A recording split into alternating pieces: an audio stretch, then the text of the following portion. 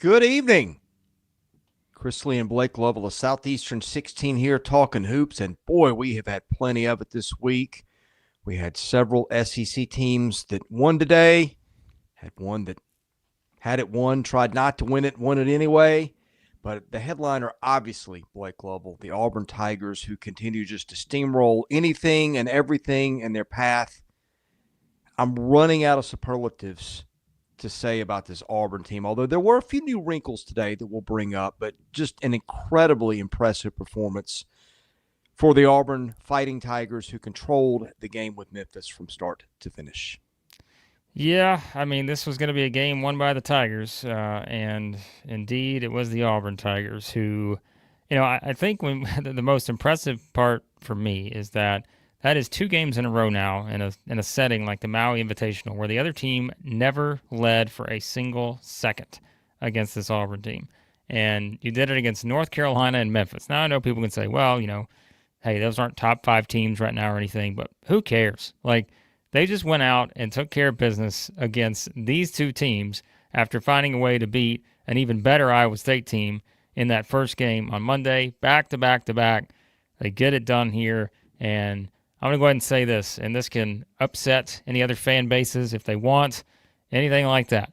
The best team in college basketball right now and the best player in college basketball right now on the Plains at Auburn and Johni Broome, because they're the best team I've seen this season, and I think he is undoubtedly the best player I've seen this season. When you look at the numbers this guy has put up, remember us, we did a live stream less than 12 hours ago. We're talking about the impressive numbers that this guy put up the last game. Well, what does he do here? 21, 16, 6, 4, and a steal. He threw a steal in there too. My goodness. So there you have it. As of right now, Auburn's going to head to Duke next Wednesday. But as it stands, heading into Thanksgiving, they're the best team in the country.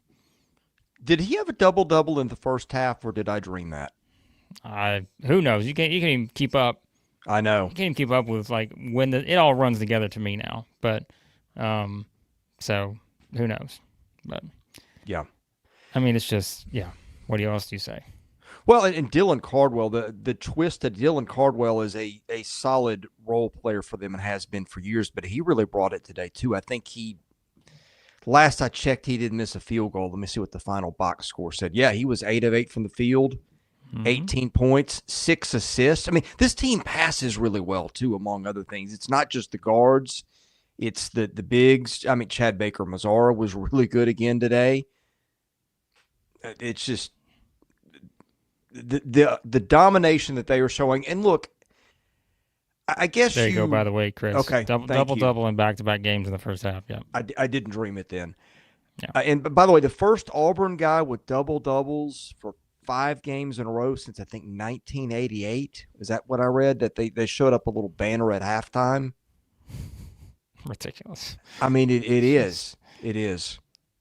Yeah, I mean that's the thing, right? It's by the way, I put Donovan's comments up earlier. Donovan wants 2015 Kentucky. He's ready.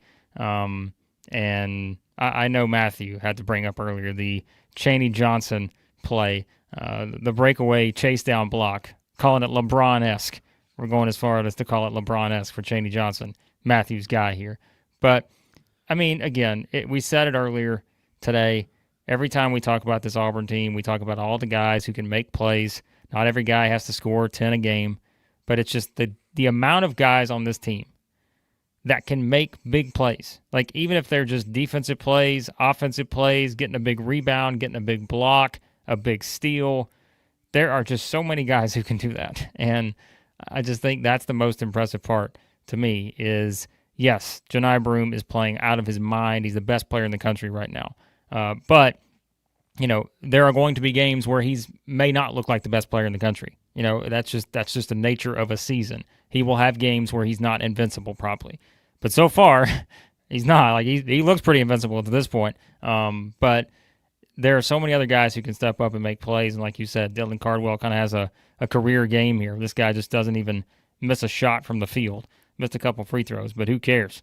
6 assists. Just I said this too. I don't know if you remember earlier, another live stream. But the thing I like too about Auburn's big men is that they see the floor pretty well. And we've talked about that with Broom. Yes. Like his court awareness is tremendous, and I think that's kind of a big thing. And this is a very unselfish team, and I think that also has to be said. Like you can tell the chemistry's there, and that's why when we talk about experienced teams, especially experienced teams who bring back guys who have played together before, you're going to have an advantage right now in this era.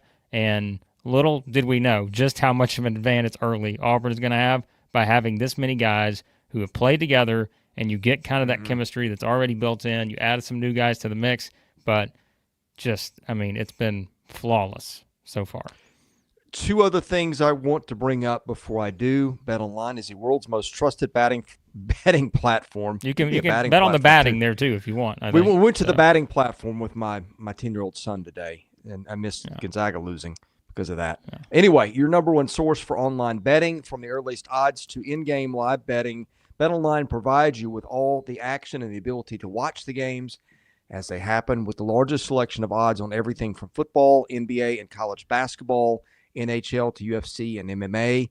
Head to BetOnline today to get in on all the action with America's most trusted site for online wagering. BetOnline, the game starts here. Okay, did you see the pass Chad Baker-Mazara threw today for the dunk? I mean, it was kind of the dunk, yes. Yeah, it was kind of like, I don't know if he was backwards to the bait, but he just threw this kind of half blind. I don't remember if it was Cardwell or Johnson or who got an easy flush, but just another one of those little highlight reel moments. Yeah, I mean they got a lot of those in this tournament. The highlight reel from Maui that they're going to be selling to the fan base via the VHS. Chris, remember back in the day when you get the VHS highlight tapes? Auburn, sell them to the Tiger fans because there'll be plenty of highlights to work with on this one. But yeah, I mean, like you said, there were a lot of those big plays in this one, and I mentioned to it, and I don't, hopefully people realize it now, but I said this, we were talking earlier, I don't think you had hopped on yet, but we were talking about that Memphis team, Chris, and, after that Missouri game, a lot of people said, they should have beat Memphis, they're terrible, all this other stuff, and I'm like, that ain't a bad team at all, and we've kind of seen at this point, Memphis is not bad at all, and that, I think, is why sometimes we're like, well, Auburn just beat Memphis, right? They just beat North Carolina. This isn't the North Carolina of several years. Who cares? Watch how they just dominated these two teams. And these are still two good teams. Like, are they national championship contenders right now, North Carolina and Memphis? Maybe not. But I think that these are two good teams. And I even think Memphis, like I said, has been completely undervalued probably up until, that win over UConn. But we see the potential of this team. They're really, really good offensively. They're shooting the ball so well. But yeah, I mean, this just, again, I think don't take anything away from Auburn by saying Memphis is not, come on, they're just playing over their heads. Maybe there's a little bit of that, but that's still a very, very talented team. And, I just think that this is all about Auburn and how good they are right now. So, yeah, for sure. Well, there's one name from Memphis we haven't mentioned, and that is one reason Auburn won as comfortably as it did. That's Tyrese Hunter. I don't think he scored a point until the second half. He has been on fire, had 26 against Connecticut, 23 against Michigan State. I mean, it just has been probably Memphis's best player. And I think Chad Baker-Mazara had some of the defensive responsibility on him. You may be able to correct me on that if I'm wrong. But I think one reason we went 8 minutes before his name came up was a reason that Auburn. Yeah. Oh, okay. Thank you. Yeah, I really wasn't paying attention until I noticed, like, oh, he's not scored a point. Who's got him? I wonder. But whatever it was, that was a big deal. Well, yeah, no question. And we talked about that going to the game, right? I mean, it was just you knew what you were going to get from the guard play here for Memphis, and you felt like, especially in the front court, like, I mean, you understood that no matter who you're playing, you're looking at Janai Broom and Dylan Cardwell, and to give Matthew, our guy Chaney Johnson, like, you're looking at these guys and trying to figure out how you're going to score against them, how you're going to defend. I mean, like I said, Dylan Cardwell goes 7-7 from 2, 1-1 from 3. I mean, if he's doing that, I don't know who's going to beat this team, just given that kind of production from him. And so, yeah, I mean, Memphis never really had a chance based on how Auburn was playing this game. And like you said, all the factors, when you factor in the Hunter thing, and just Broom being Broom, and then adding in a game like this from Cardwell, the defensive assignments and the stops that they were getting. It was just, this was going to be all about Auburn. And man, it's so impressive because remember too, guys, if you watched our stuff this summer, right? We had the interview we did with John Rothstein, and John was talking about it. He's like, this Auburn non-conference schedule could be one of the best he's ever seen. And when you see the way it's kind of lined up, now look, if they'd have gotten UConn or something like that in this and beaten them, now that would have added to it. But again, don't take anything away from beating Iowa State, North Carolina, and Memphis. They've already got a win against Houston. They got the road trip to Duke coming up next week. Still got games against Ohio State, Purdue. Chris, I know you're going to love it. We talked about it earlier, but the number one team in the country before this game on KenPom was the Auburn Tigers. The number one team in the country after this game on KenPom, the Auburn Tigers. So not changing just yet. Well, somehow they're number 4 on Bart Torvik. I would have an issue with Come that. on, Bart. And the reason I was looking at, I wanted to do an NCAA tournament discussion just for kicks a minute. You'll see what I'm getting to. But one other thing, Chad Baker-Mazara came out, I think, about 2 minutes into the second half. I know that knee has been banged up in successive games. I'm guessing he is not 100%, but I looked at their schedule. They've got a week till they play Duke, which is probably something they'll be thankful for, pun slightly intended, before they play Duke next week to get him all the way back. Yeah, you definitely want him. And that's the luxury of this thing is you go win this tournament, then you get a week off, right, to get ready for this big game. Like, this is your first – I mean, we say that. It's right. This is your first true, road test, in a true road environment. But they've already racked up 3 neutral court wins. They won the game against Houston, which, by the way, remember, that's in Houston. It's not at their gym, but still win that game in Houston. And so now you get the Cameron crazies. It's going to be – what an atmosphere that's going to be. And don't let the Duke losses to Kansas and Kentucky think it's going to take away from this game. It's not at all. This is a big-time game. One of the most marquee games of the non-conference schedule, period, when Auburn heads to Duke next week.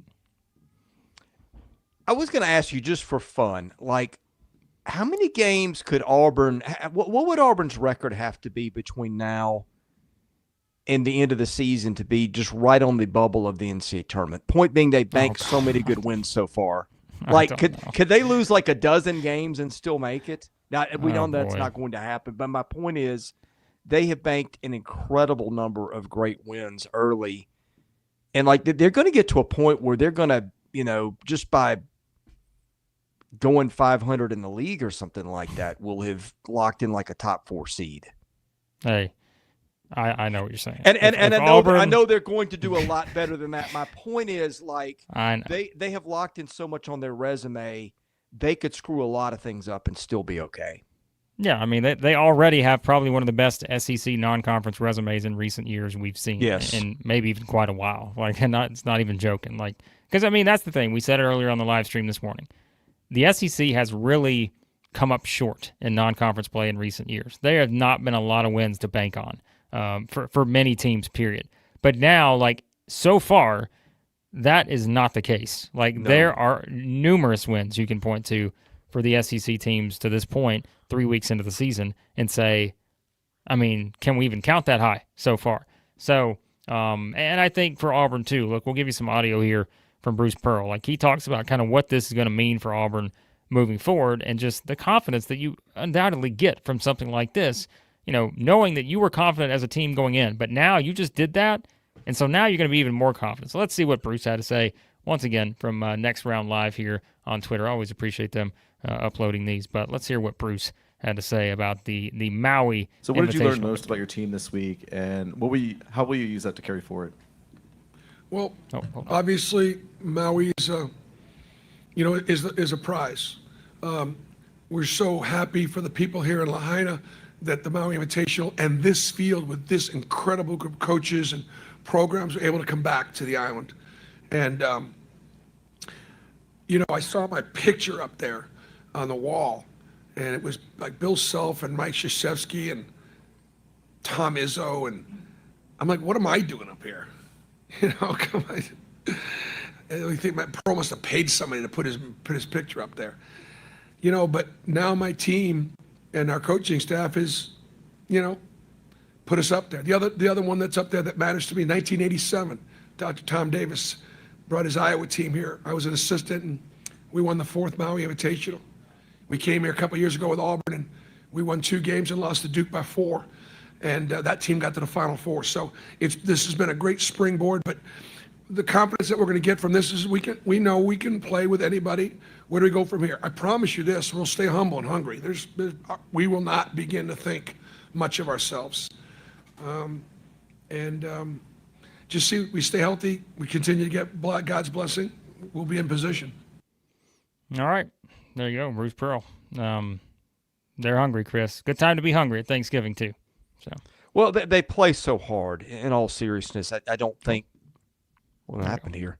Yeah, I don't think that's going to be a real concern. I mean, like when in the history of Bruce Pearl coaching basketball is,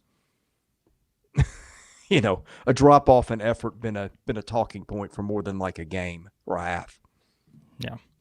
Well, there you go. Thoughts on Auburn again, guys. We'll have a prediction video up for next week for the Duke game, so we will have that up early next week and give you our thoughts on that particular matchup for the Tigers as we head into it. And so shout out to a $2 super chat here. Thanks for all the great content. We appreciate you joining in. Yeah, this is our second basketball live stream of the day. Chris, I think, is on his 3rd live stream of the day after the college football playoff rankings one we did earlier too. So, we thought we'd just give you guys kind of an extra one here. We obviously probably won't be doing anything tomorrow, but then we should be back at it on Friday morning to recap a big day tomorrow, which we'll discuss those games quickly at the end.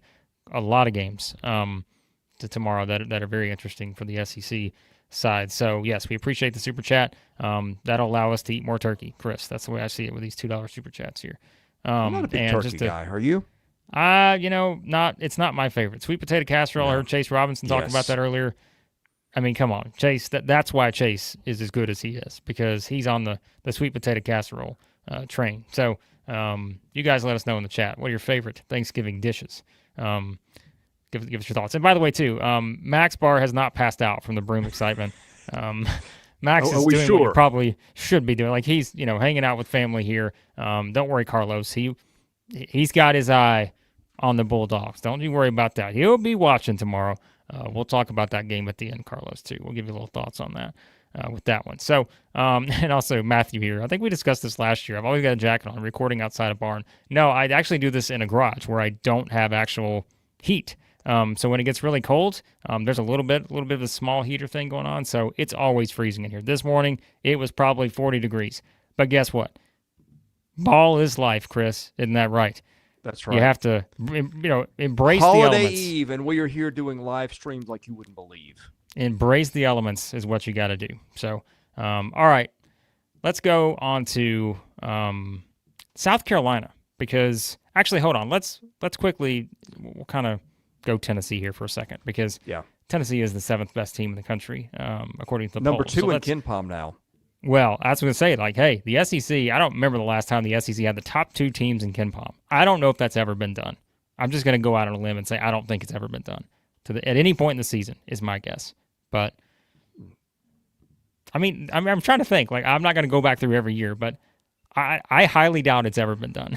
I'm just being honest. I'm trying to think of when it would have been if it had been. I can't think of a... Yeah. Because, when Billy Donovan had it rolling at Florida, I don't think Kentucky was very good most of those years. I don't think they would have been 1 and 2. Yeah, I mean, Florida would have been 1, but I don't think Kentucky would have been 2, even in some of those years. It had to have been someone else probably, right? Like Ohio State or something like that. That one year with Odin and UCLA, right? I mean, LSU, with that Glenn Davis years, they were. Was KenPom around then? I don't know. You would know better than I would. So I didn't know what KenPom was at the time. Yeah, I knew what Glenn Davis was, but yeah. Tennessee gets a 78-35 win over the Skyhawks of UT Martin. We talked about that game earlier. I mean, you expected Tennessee to win this one big, but I was going to bring that up next just because of the KenPom thing that you mentioned. That's where we're going to go in that order. I mean, Tennessee holds them to 35 points here. At this point, and I know it's like, hey, come on, it's UT Martin. Tennessee was favored by almost 40, I think, in this game, maybe. I don't remember. But just they are so dominant. I was actually looking at Evan Mia. I think that's how you say his name. Like, he was, and I'll pull this up as you talk about this, anything you want to catch from the box score. But Tennessee, and especially Zakai Ziegler, and the numbers, like, you can look past, like, sure, like, he's missed some shots and things, but just everything else he's doing, and the way this lineup in particular of Ziegler, Lanier, Meshack, Milicic, and Okpara, like, has been unbelievable in terms of their efficiency to this point. And so chalk up another one for the Vols. Yeah, I saw maybe 5 or 10 minutes of it. There wasn't much to see. And I know UT Martin is abysmal offensively, but when you hold a team to, what was it, 12 of 53 from the field, and you only foul 8 times, that feels like a day when you did your job. Yeah, agreed. So Evan, by the way, he has Tennessee, Auburn, Alabama, Kentucky all in his top 8 teams right now. Now, again, you can go to Evan's site, evanmiya.com. Great resource. And you can see, like, all these different breakdowns that he has in terms of the efficiency numbers and such. Top 10 players in the country right now. Number 1, Janai Broome. Number 2, Zakai Ziegler in terms of the production overall. Broome is a bit higher, as you would expect. But I think, again, that speaks to Ziegler. Sometimes people pick on him for, turnovers or missing threes, or way more than that when it comes to the production on the floor. And I think, too, I was looking here, I think Ziegler's actually ranked 2nd in terms of most indispensable players right now. Let's see what else he had here. I was looking for the lineups. This was a really good one. So, yeah, in terms of efficiency, I think he has top 5-man lineups. He has the lineup of Lanier, Meshack, Milicic, Okpara, Ziegler as the most efficient 5-man lineup in the country right now in terms of what they're producing. So it's just unbelievable what Tennessee has done to this point. Again, I know it's a win over a team they should have beaten like this, but it's part of the bigger picture for the Vols right now, who are 7-0, of course, came off of that dominating win against Baylor. And now they get some interesting games coming up here. They should beat Syracuse handily next week on Tuesday, but then they got games against Miami, which Miami's been struggling a little bit. They got that big road game at Illinois on December 14th, but it sets up pretty well for Tennessee, too. If you're looking ahead and you don't want to put the jinx on, Tennessee may also be sitting in a very fine spot heading into SEC play. So, I haven't seen Evans' Player of the Year rankings, and I think I just got my answer as I'm looking at his box score lines. But I was like, how is Chad Baker-Mazara not in there? I think the answer is he only played 17, 18, 19 minutes his first 3 games and didn't play more than 24 till this tournament. So that's probably part of the calculation, but I would have to think he would, like, on any other team, he'd be getting a lot more attention. Yeah. Not that he doesn't get plenty here, but, Dylan Cardwell, by the way, is on there. That's interesting. Although Cardwell, they've got more, like, Auburn's got more guard and wing depth than it does post depth, which is the case most places, and that's probably gotten a lot to do with it. But yep. Well, I don't have much more to add on Tennessee. I mean, just a dominant victory over UT Martin. But I do want to get to South Carolina because I think, and we'll talk about the other game that should be finishing shortly and may actually be going in the SEC's favor as well. And we'll talk about that one in a second. But South Carolina, I thought, got a win over a Virginia Tech team, Chris, that we thought they should have beaten. I mean, because, again, this is not a good Virginia Tech team. We talked about that heading in. But this was one of those games, though, where you're like, okay, you can't lose this game if you're South Carolina. Like, this is a team you should beat. You gave that one away against North Florida to start the season. No shame in the loss at Indiana, or even despite what, Indiana did against Louisville today. And in the Xavier game, like, they were there. They had an opportunity. But I think to bounce back, get a win here was important for them because they're one of those teams that don't have a lot of resume-boosting opportunity left on the non-conference schedule. They have that game against Clemson at home on December 17th. That's huge in terms of looking ahead. I mean, as of right now, South Carolina is not a projected tournament team, but I thought it was important for them to get a win like this just to get back on the right track, win a game you're supposed to win. And I thought overall played pretty well here against the Virginia Tech team, like I said, which I they're just not very good right now. But CMB, Colin Murray Boyles, 16 points, 8 rebounds in this one, had a couple blocks, had 3 steals. They got some good stuff off the bench too, and I think that's what I want to see more of with South Carolina, is to keep seeing how this rotation looks heading into SEC play. But I think a fine win for the Gamecocks here to get back on track after the Xavier loss.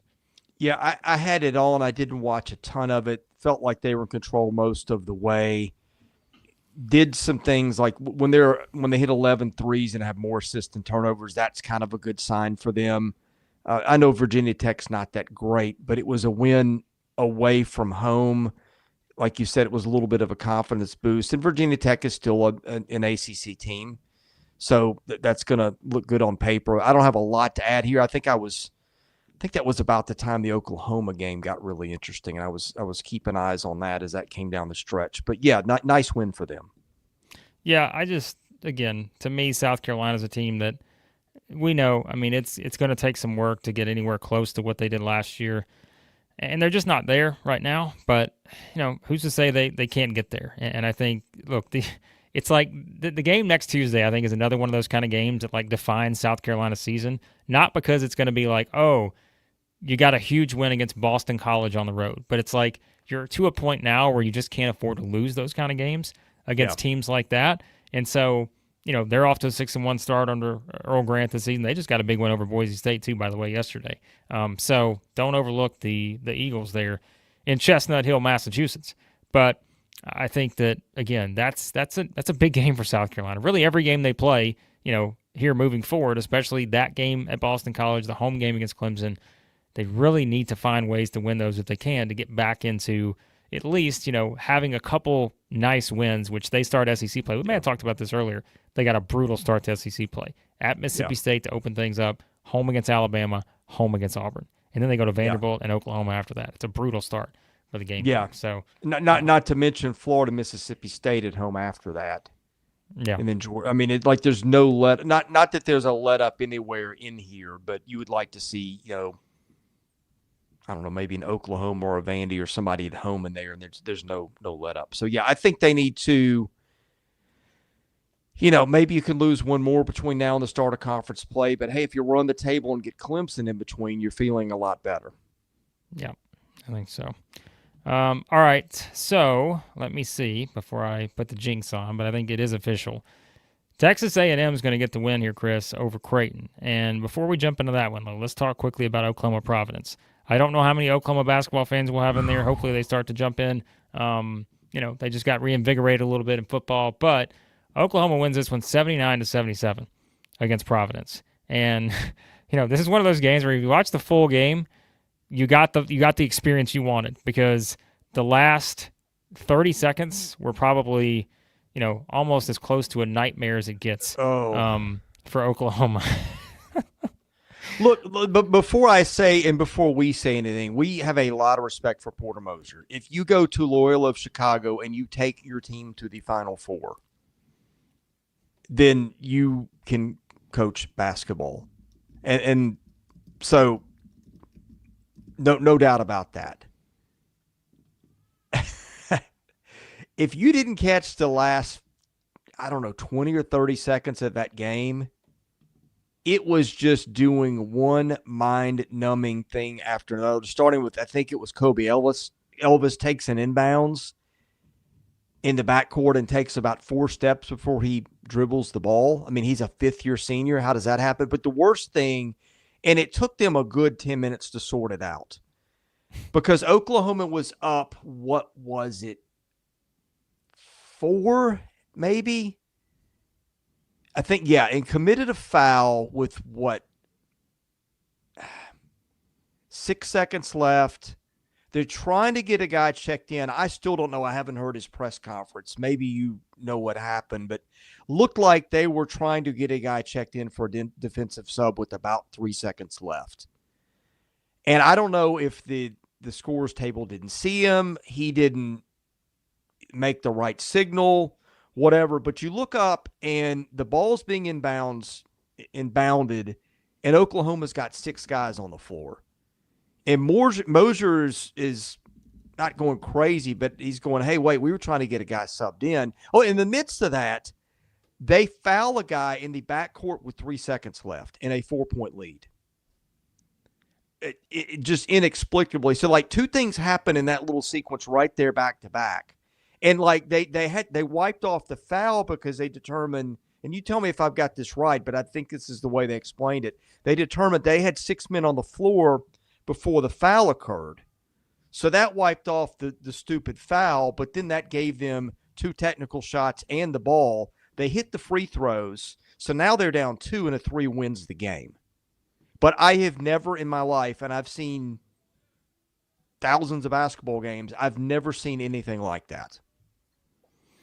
Yeah, it was one of the wildest sequences you'll see at the end of that game. Yeah, I mean, if you didn't watch it, which I'm going to assume most people may have not if they weren't Oklahoma fans, but like the full picture, like they're up 9 with 36 seconds, something like that left. And you're thinking this game's over. But then it just got more and more interesting. And I even heard some people saying, like, oh, come on, this kid, what's he doing trying to check in? I'm like, the kid legally had the right to check into the game. Like, he should have been allowed into the game. It was a dead ball situation. They hit a free throw. And people are like, I heard some people like, oh, come on, what's he doing? He almost cost his team the game. I'm like, no, he didn't. He's doing what every other player in the history of basketball has done, thinking, hey, I'm allowed to be let in right now, and please let me in. And so we want to get on the rules about, oh, you got to wait for the official to rule you in.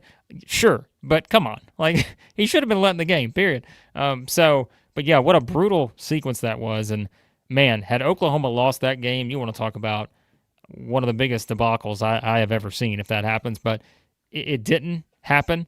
They won the game. And just to go on that point for a second, that's what we were looking for with Oklahoma. Because we said we just did not have the background on them so far. Lindenwood, Northwestern State, Stetson, East Texas A&M. Those were the 4 wins before this game. And we just did not know what do we put together from that profile other than just, okay, what do? You just look at the defensive numbers and say, well, they've done a pretty good job defensively. You look at the numbers in terms of the balance scoring-wise, but you expect that in blowouts, right? And so this was, I think, a game you can learn a lot from now for Oklahoma because it was one where they found a way after what? They were, hold on, I got to find it here. They were down. It was pretty much a close game the whole way. They were down 6 in the first half. But I thought they did a really good job. Koviel was a big game here, 26 points. Obviously, Fears goes for 20 in this one, 7 assists. I know he had some turnovers, but he also got 4 steals to get some of those back. And so I thought this was a nice win for Oklahoma, just because, again, we said these were 2 teams coming in, Oklahoma and Providence. You didn't really know what to make of just yet because of their schedules. But to get this one, and now I've got to look, Chris. They said it on the broadcast, but there are so many games in my mind right now. I don't even remember who they play tomorrow now. Or if they play tomorrow, play Friday, I'm not sure. But it's a big win for the Sooners. By the way, Fears had 20 points today, did foul out late. That didn't help them at all either. But I don't know if he's passed Trey Johnson yet as the leading scorer in the league. Johnson's had a couple of off games, but I don't think we spent a lot of time talking about him. I have a feeling that is going to change going forward. Ken Palm has not posted tomorrow's game. Davidson, Arizona. That's right. I'm like, I was just watching the game. Right. It's one of those two. Yes, that's right. And yeah. I'm not sure if they get Arizona. I'm not sure what Arizona is either. They have really struggled so far. Not quite what it was expected there. And I don't know what to make of Providence either. Providence was unbeaten, but it played an awful schedule. It's Kim English's they haven't team. had Bryce Hopkins, right? Like he still hasn't played. So yeah, right. That's been significant too. So for them, yeah. So maybe better things to come. But yeah, look, good win for Oklahoma. The end of it aside, I'm looking forward to seeing what Fears is going to do when we hit league play, because he was, I think he was their most highly regarded freshman, was he not? A lot of high expectations for sure. Coming in, and again, he's looked the part so far. He's been good. So, so that's a good win for Oklahoma, and certainly you love a matchup with Arizona tomorrow, which I haven't even looked at that game since we started recording. I'll see where we're at on it right now, but that'd be a great quality win opportunity. Yeah, Arizona's at 49-37 at half. I would expect them to win this game. That should be a an interesting one for Oklahoma if that happens. So, all right, Texas A&M. We just got a text, folks. You're not going to believe this, from Max Barr. He says Texas A&M back. That's all you need to know about Max's thoughts on this game. The Aggies continue things here for the SEC. And remember, Alabama still plays tonight. They play in about an hour in Las Vegas against Rutgers. A&M, a nice win here for the Aggies, 77-73, bouncing back from that Oregon loss, which, by the way, Oregon beat who? I'm telling you, Chris, these games all run together for me right now. They beat who again today? Who did they beat? Why am I blanking on this? San Diego I'm State. the same way. Okay. San Diego State. Okay. Yep. They beat San Diego State today.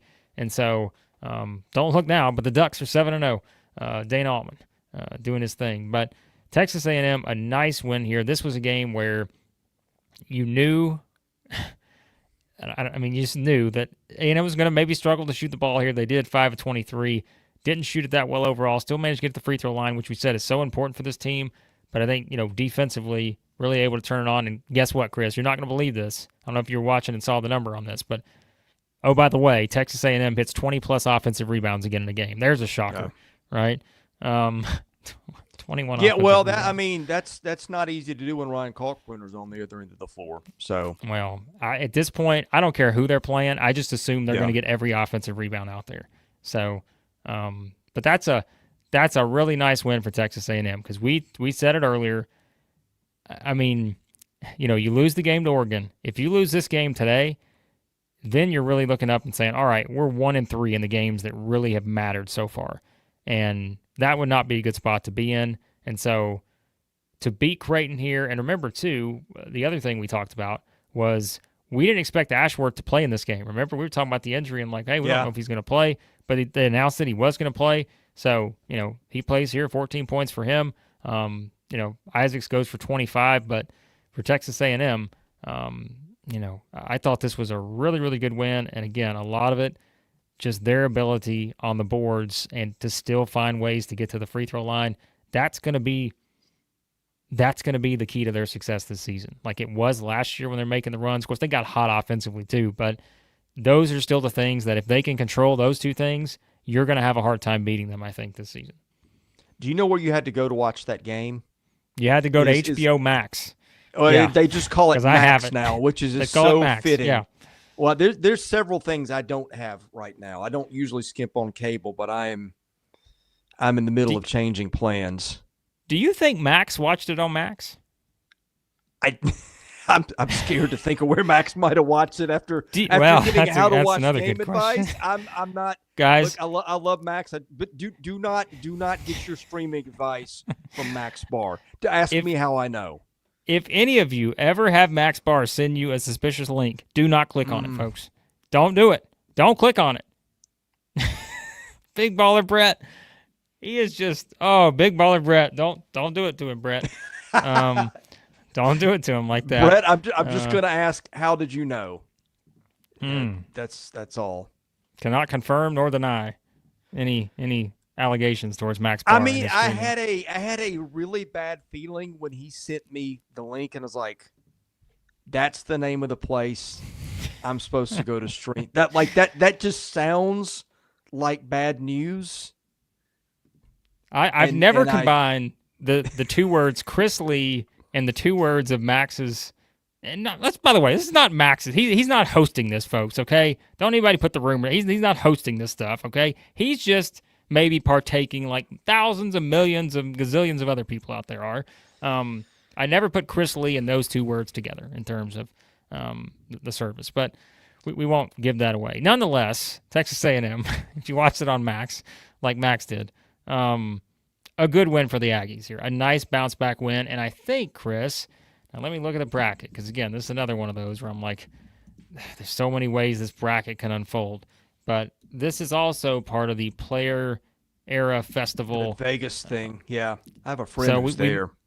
We mentioned going in, we're like, there is that possibility that Alabama and A&M could play each other. Depending on how the bracket falls. But I wish they made it much easier just to get the updated bracket. That would be really nice. And so let me see if I can find it here. All right, so, they don't have it updated. I have no idea as I see it right now. Well, I really don't know. Can't we kind of piece this together? Well, okay. You think you can, but it still looks a little complicated to me. Hold on. I'm going to go to Twitter. And you guys are probably saying it in the chat right now, but I'm not even on the chat, so I can't see They it don't right have now. a bracket. It's just, oh, wait. I know. It's okay. kind of the, you know what I'm saying. Like a pool play kind of thing? It's, okay, hold on. Let me see who they play. Why not just put up a bracket? How hard is that? This drives me nuts. Is there anybody in the chat who knows about Texas A&M and who they play tomorrow? That's all I want to know. Or Wednesday or Friday, whatever day it is.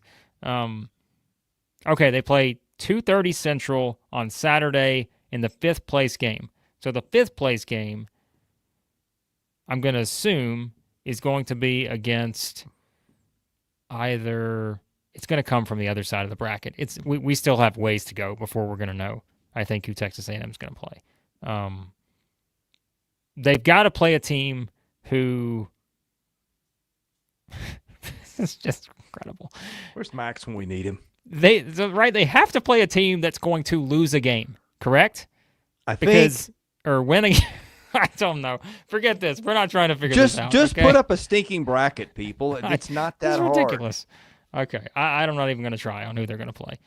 So we've spent a minute on this, and we have no idea. Max Barr, if you're watching, text it. Let us know. I know you know who they're playing, but I have no idea. So, anyways. Hey, wait. All right. Sporting. Well, no. Never mind. I have no clue. The other side, again, is it's Rutgers, Notre Dame, Alabama, Houston. So if you take the teams that lost game 1, right? That's the way we did it. Yes. Okay. So Texas A&M and Creighton both lost game 1.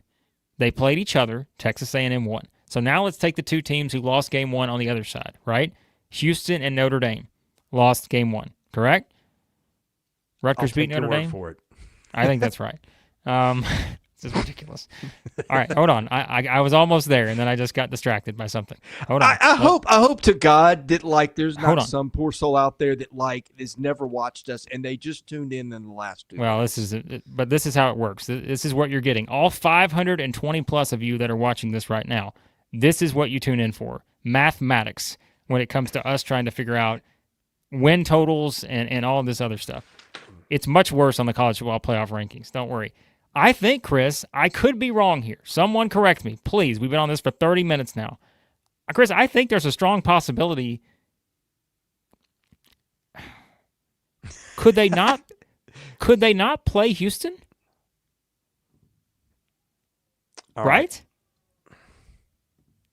Because I think they're going to play Houston. They're going to play. No, we're done here. I think they're going to play Houston. Okay. Yes, here you go. War Eagle 17. It's the winner of Houston and Notre Dame. They're going to play Houston. There you the go. Rematch. From last rematch. year when they played in NCAA Houston. tournament.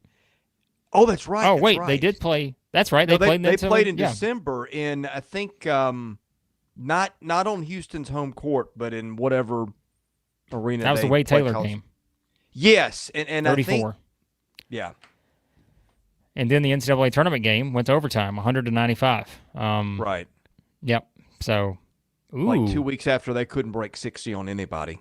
Nice. All right. So good. Give me Houston and A&M again. I've signed me up for that one. Sure. My God, it took us long enough to get there. Please give us the game at this point. So, holy cow. Anyways, all right.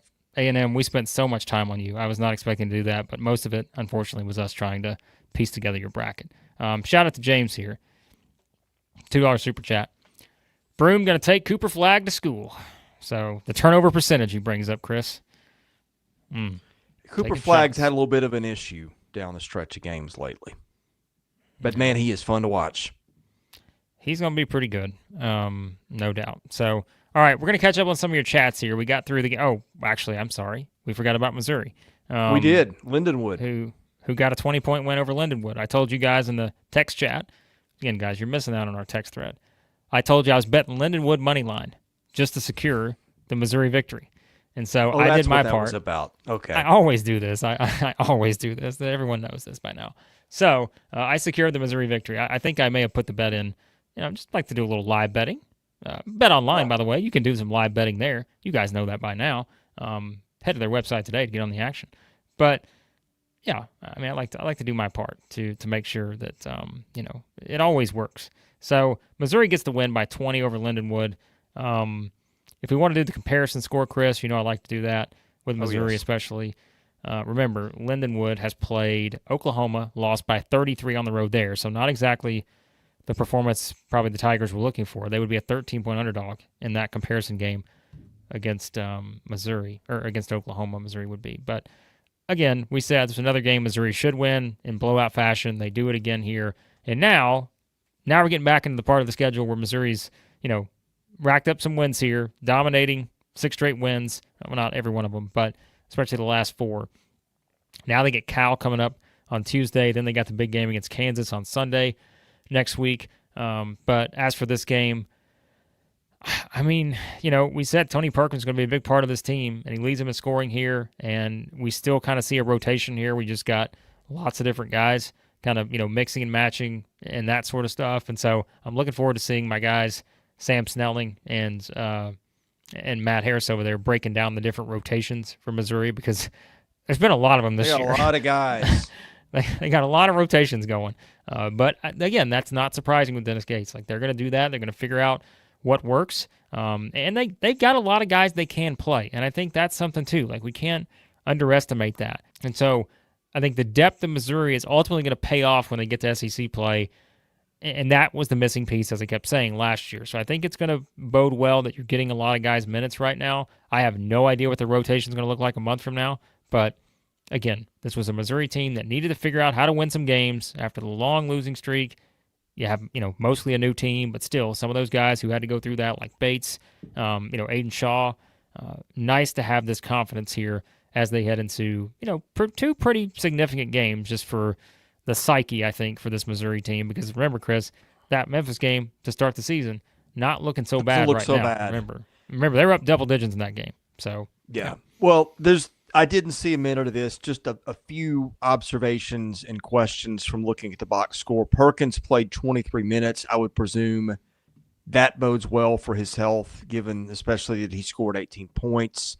Oh, wait a minute. Oh, my gosh. You're right. Wait a second. What are we talking about? This was earlier. Why? We didn't say this. Like, he got stretchered off. Yes. He had the neck injury. Yes, the neck injury. That's right. My goodness. Why? I told you, man. I'm blanking on this stuff. Yes, so it was in the first half. That's why he only played 7 minutes. They gave an update. Missouri said that it was the head and neck thing. They stretched him off. Responsive, precautionary thing. But I need to check on the update. That's what we forgot to do earlier. So, man, sorry. I got little ones running. I got family over here. I forgot to check in on that. That's my bad. I'll stall for a minute while you do that. Man, that sucks because he has been so good for them this year. Like, I know that people have had the fun with what they did going 0-18 in the league last year, but now seeing what he has done this season. In fact, I'm going to text somebody while you're doing that and see if I can get an update too. Here's what happened. Okay, so they went up for the rebound and he got, what was it? So the guy's, I think it's kind of his arm may have came down like on him. I think it sort of hit him right in the back of the neck or something.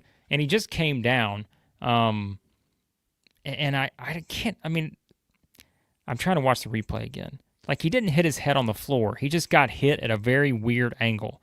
And so, yeah, I think that's kind of where they left it. I have not seen the update here, but I've just sent a text to a friend of mine on the beat, so I'll see if we get something between now and sorry. This is what happens when you have. I get it. I mean, there's so much basketball being played, and if the game's earlier in the day, and I mean, it's just like it out of sight, out of mind. But I saw it, and I just completely blanked on it. So I have no idea. So that's terrible. Yeah, I was thinking this was another game, and it just was not computing in my head. So, all right, we'll figure that out on Caleb Grill. We'll give you an update, but we are going to hop off shortly, and I want to quickly, before we get into that, just give you the lineup for tomorrow. And so let's see, tomorrow's games, you've got Florida against Wake Forest. That's in, I think that's the Orlando thing, isn't it? At the ESPN complex there. You've got Arkansas and Illinois playing in Kansas City. San Diego, you're going to have Ole Miss and BYU. and then Mississippi State's playing UNLV in Tempe, which I know Mississippi State fans were asking about that game. I think to kind of start just quickly with Mississippi State, I mean, we talked about them. We said they were going to play different this year, and I have all the confidence in the world in them right now because they've already won a couple of those close games, like we said, against Utah and SMU, and I think both those teams are better than UNLV. Now, keep in mind, UNLV did play Memphis earlier in the season. It was a close game, but I just think this is the kind of game for Mississippi State that they've already banked a couple of these back-to-back wins. And I feel like there were times, and maybe I got to look back at the numbers, but yes, I remember now. Last year, remember all the turnover issues Mississippi State had? They've not had those at all this year. They're shooting the ball pretty well overall. And again, it's more guard-oriented than we thought it would be. I really like Mississippi State the next couple of days here in this setup, and they look really good right now. And I just think that speaks to how good Josh Hubbard is. But it's not just him. It's just sort of Chris Jans too, and the way they've kind of changed how they've had to play this year. That's also been pretty impressive for the Bulldogs. So yeah, I've seen them play some respectable teams, and I felt like their guards have kind of taken over and closed out games down the stretch, which would seem to bode well for them in this. Yeah.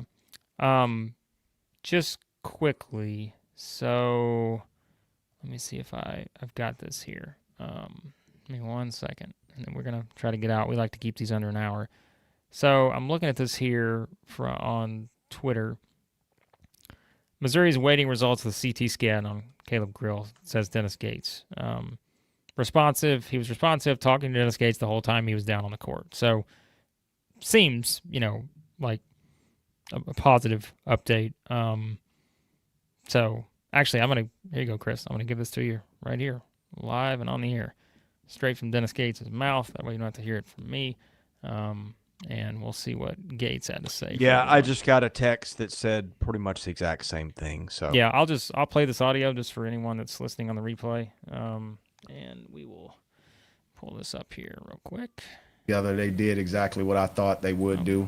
They rallied around, and obviously at the end of the day, our guys are veterans, and they stuck together. They did exactly what I thought they would do. They rallied around, and obviously once it started to take a little bit longer, that's when I got up, and our assistant and our staff was able to fill in for me. No one likes to see their teammate go down. In fact, we'll go over there and check on them and make sure everything's okay. But to my knowledge, he was responsive with us, leaving this arena with his thumbs up, rolling out. And again, precaution is the error we're going to always take when you get an elbow in the back of the neck, head area. So credit our team, our EMS team. They did a great job, and I'm very thankful.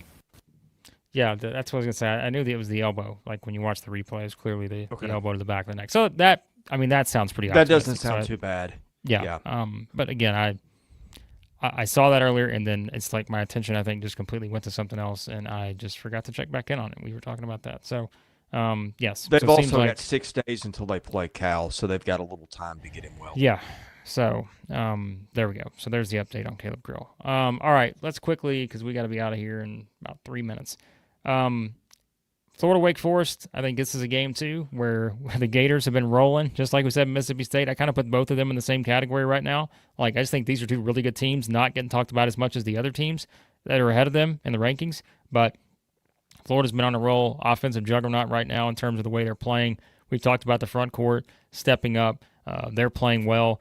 But again, it's a Steve Forbes coach team. Like, they're going to get after you, and I think they're going to get after Florida defensively. So this is one I think will be a pretty entertaining game, probably between these two. Arkansas, Illinois, Chris, I mean, who knows? I feel like that's the best way to put it. Like, I don't have a great feel for what we're going to get from Arkansas in this game, not just who's going to be playing, but, other than the defense, like we said, right now, I think you want to see certainly more offensively from them, a bit more consistency. I know everybody's going to point to the offensive numbers they put up against Maryland Eastern Shore, but this is different. You're playing an Illinois team who, yes, played Alabama, gave up 100, but Arkansas hasn't looked like Alabama offensively. And so I think, let's see what happens there in this one with Arkansas, Illinois. So Yeah, Illinois is supposed to be one of the better teams in the Big Ten. Bruce Weber's teams are always going to fight you defensively. Wake, Florida will be interesting. Hunter Salas, yeah, he's one of the better players in the country, as people who know basketball know. And I forgot Efton Reed was on Wake Forest, former LSU guy. So Yep, he is. All right, and then Ole Miss BYU is the other game. Like we said, Oklahoma, we don't know who they're playing, but the other game is Ole Miss BYU. This is great because this is what we want to see with Ole Miss too, right? We want to see them play a team that we think is, much better than the teams they've been playing so far. And so I think this will be a great test against BYU. They've kind of, in terms of offensively, right? I mean, that was the thing. Like Mark Pope's teams, you go back last year, offensive studs, like they've been a pretty well-oiled machine so far, but they've done it against a bunch of teams they should have done it against in terms of scoring the ball. So their offensive numbers could be a little bit misleading, but Ole Miss is going to have to defend, just like you expect the Chris Beard defensive team to defend. They haven't quite got those numbers that they had at Texas Tech just yet at Ole Miss, but I think defense is the name of the game here for Ole Miss in this game against BYU. So yeah, getting his guys to engage on defense the way Chris Beard's teams usually do was a problem last year. They haven't been spectacular there this year, so this will be a nice test. I think so. All right. That was a speed round. And just quickly, Matt, I don't know that we've said Kentucky one time here, Matt, and you're telling me to slow down earlier. I was talking about Auburn, getting all heated over here about the Tigers and their Maui Invitational victory. People are going to stop calling me a Kentucky homer if I keep talking about the Auburn Tigers like this. But you know what? I'm a homer for all of these teams in the SEC that are playing so well right now because we're not used to this early in the season. And so you better believe I'm a homer for the SEC teams taking care of business right now. The Tigers of Auburn, the Crimson Tide of Alabama, maybe. We'll see if they do that against Rutgers tonight. The Vols of Tennessee, the Wildcats of Kentucky. If I keep going, we'll be here till midnight with all the success the SEC's had so far. So, and by the way, too, War Eagle 17, did Auburn break me? Yep, they must have because, again, my memory. It is a weekend for our man Blake. You have got how many family members are in and out of your house? Well, this is one coming in, or one now, and then of course we got the Rugrats running around, and it's chaos, man. So I'm trying to watch 4 different games at one time. Like I'm trying to keep everything that I can, but again, that's how somehow your mind forgets about certain things and you just go on to the next thing. So. Did we still have the dog? Oh, yeah, Barry's. He's running wild, man. I mean, we got another dog here, too, right now, though, too. So we got multiple dogs as well. So yours doesn't interrupt the podcast all the time like mine does, so I just That's didn't true. know. That's true. All right, we're done here, folks. Yeah, thank you for watching. Thank you for those who left the super chat. We've been having fantastic numbers on these live streams. And you know what? As long as we continue to draw a crowd and we're getting super chats and having fun, we'll continue to do a lot of these. May need to take a little bit of a break the next couple of days, else our wives file divorce papers on us. We don't want that to happen. But we are going to continue to do these. We'll have a live stream Sunday night after football. And you're just going to – we're going to cover – Saturday night, Friday, whatever night it is. It's a holiday week. I don't know. Anyway, when stuff goes down, we're here to talk about it. Hit the subscribe button. Hit the like button. That helps us, and enable your notifications so you know when we do. For Blake Lovell, I'm Chris Lee, wishing you a happy Thanksgiving. God bless you all. Have safe travels. You've been watching Southeastern 16, presented by BetOnline.